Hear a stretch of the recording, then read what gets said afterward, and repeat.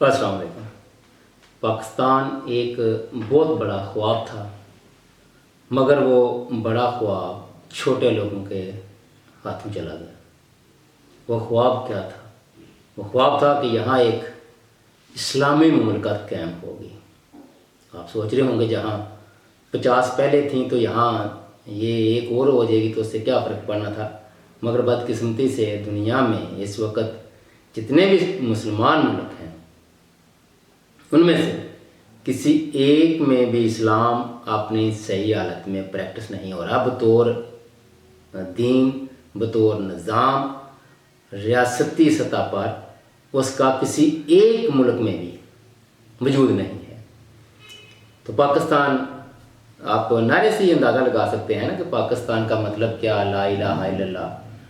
وہ ظاہر ہے اس کا مطلب شاید مولوی تو نہیں سمجھا سکے، لیکن عمران خان صاحب نے اس کا مطلب بڑے اچھے طریقے سے اور واضح انداز میں اب قوم کو سمجھا دیا، لیکن ظاہر ہے 77 سال گزر چکے ہیں تو اس کا خمیازہ بھی اسے غلطیوں کا بھگتنا پڑے گا۔ اور ایک ایسی ریاست جس میں اسلام بطور دین نافذ ہونا تھا اور پھر دوسروں کے لیے مثال بننا تھا، یہ اتنا بڑا خواب تھا۔ آپ دیکھ لیں نا کہ آخری 1000 سالہ تاریخ میں مسلمان ملک، مسلمان بھی اور مسلمان ملک بھی تھے، مسلمان بھی بطور دنیا پہ 1923 سے پہلے سلطنت عثمانیہ تھی اور وہاں وہ آدھی دنیا پہ قابض تھے، مگر آپ تاریخ کا مطالعہ کریں تو آپ کو پتہ چلے کہ وہ کتنے کوئی اسلامی تھے، مسلمان ضرور تھے، نام کے ان کے نام علی، احمد، حسن، محمد یہ ضرور تھے، مگر باقی اسلام بطور دین نہ کبھی کسی ریاست کا حصہ بنا۔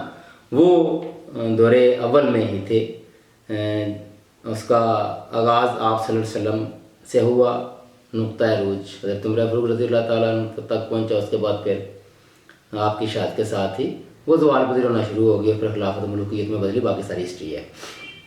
اور پاکستان کو اس خواب، اس تسلسل کے لیے بنایا گیا تھا کہ یہاں دوبارہ ایک اسلام اپنی اصلی حالت میں قائم ہوگا، لیکن بدقسمتی سے وہ بڑا خواب چھوٹے لوگوں کے ہاتھوں چڑھ گیا اور چھوٹے لوگوں نے اس ملک کا جو حال کیا وہ ابھی آپ کے سامنے ہے۔ ظاہر ہے اتنے بڑے ڈیزاسٹر جو اتنا بڑا ہے اس کا ہمیں خمیازہ بھی بھگتنا پڑے گا اور ازالہ بھی کرنا پڑتا ہے۔ تاریخ میں آپ غلطی کی سزا ہوتی ہے، اس کا ازالہ ہوتا ہے۔ یہ معافی موفی جو ہوتی ہے نا، یہ سارا فضول ہے، یہ زبانی کلامی الفاظی ہوتی ہے، اس کے علاوہ کچھ بھی نہیں۔ معافی سزا ہے، سزا بھگتنی پڑتی ہے۔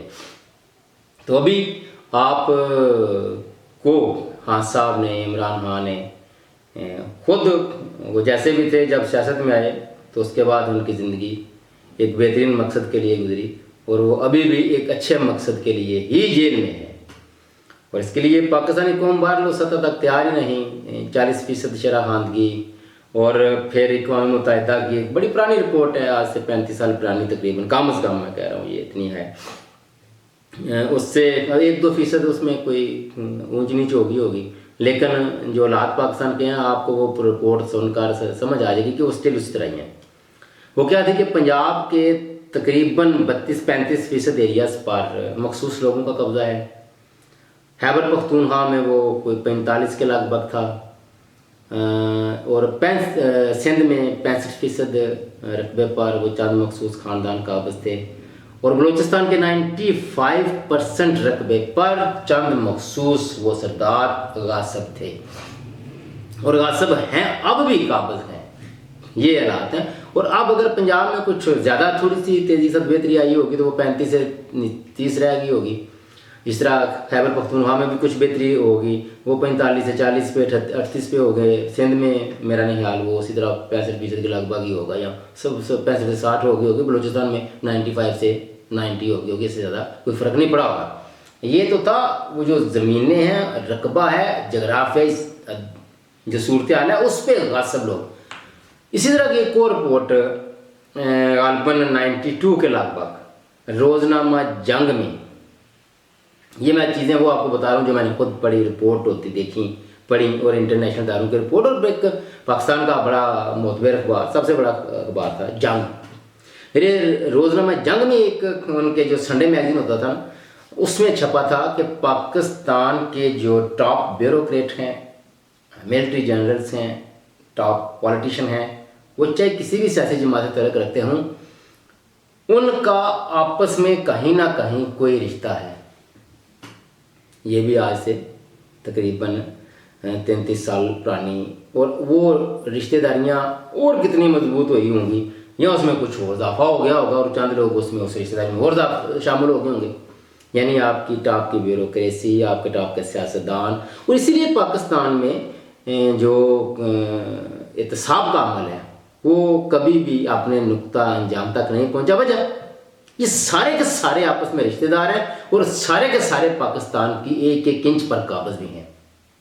پاکستانی عوام کا اس میں کیا ہے؟ کچھ بھی نہیں، لینا دینا ہی کو نہیں ہے، مڈل کلاس کچھ بھی نہیں، ایک آدھ نام ہے، اور وہ بھی جز وقتی طور پر آگے آئے، اور وہ بھی ان کے پیچھے بھی کوئی مخصوص لوگ تھے جن کی وجہ سے وہ آگے آ سکے، ورنہ وہ بھی آگے نہیں آنے تھے۔ یہ وہ وجوہات ہیں۔ یہ ایک بڑا موضوع ہے، لیکن آغاز صرف آپ کو تھوڑا سا اس میں ٹچ دیا ہے، بتایا ہے، تاکہ سمجھ آ جائے پاکستانی عوام کو۔ اور ابھی ہاں صاحب اس میں درمیان میں ایک آدھ بندہ، وہ چاہے بہت بڑا جگیردار، وہ بھٹو صاحب کی شکل میں آیا تھا اور عوام کا نعرہ لگایا، عوام میں شعور دیا، اور اب ہاں صاحب ظاہر ہے مڈل کلاس تو نہیں ہاں صاحب ہی، لیکن ظاہر ہے عوام کے لیے جو جدوجہد کی اور عوام کو ایک شعور دیا، اس میں ابھی آ کے ایک مڈل کلاس لوگ آگے سیاست میں آ رہے ہیں، سیاست میں دلچسپی لے رہے ہیں، لیکن ان سب کا گلا گھونٹنے کے لیے ایک ہی ہے، اور وہ ہے ملٹری اسٹیبلشمنٹ، جس نے پاکستان کی 77 سالہ سیاسی تاریخ کو مسخ کر کے رکھ دیا ہے۔ ابھی دیکھتے ہیں ہاں صاحب کے ارد گرد سیاست گھوم رہی ہے۔ یہ تھوڑی سی تاریخی پس منظر بتانا تھا تاکہ آپ کو پتہ چل جائے کہ اصل صورتحال ہے کیا۔ یہ اتنا آسان نہیں ہے جتنا عوام سمجھ رہی ہے کہ آج نعرے لگائیں گے اور پاکستان صبح صحیح ہو جائے گا۔ اس کے لیے آپ کو کم از کم 50 سال لگاتار جان جوکھم جتنی ڈال کر، جان جوکھم میں ڈال کر محنت کی ضرورت ہے، تب جا کے کچھ تھوڑا بہت آپ کا جو اثر ہے، جو عوامی نقطہ نظر ہے یا عوامی شعور ہے، یا جو عوام کا حصہ جو اقتدار کے بانوں میں، وہ مل سکے گا۔ یہ اتنا آسان کام نہیں۔ پھر جا کے جمہوریت، پھر اس کے مضبوط، پھر عام عوام کی رسائی اور سارے ادارے اپنی حدود میں، تو تب جا کے پاکستان کہیں ترقی کرے گا۔ ابھی ایک لمبا سفر ہے، بہرحال اس وقت تک تو انتظار کرنا پڑے گا۔ اب تک کے لیے اتنا ہی، اللہ حافظ۔